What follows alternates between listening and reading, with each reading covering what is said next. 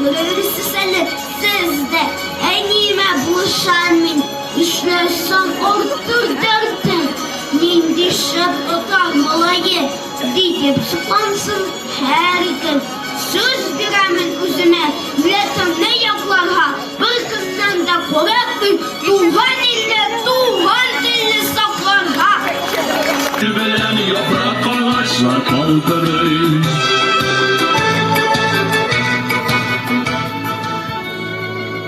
Nişikgine bolmasın, yanımda kimlergine bulsa da, men özümni yalğız his eteydim.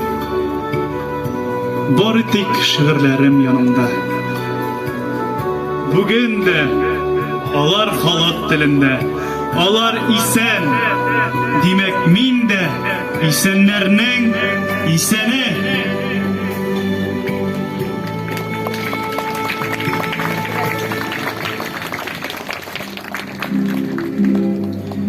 Bugünkü edebiyat suyucular beyramına muhterem yetakchilarimiz de keldi.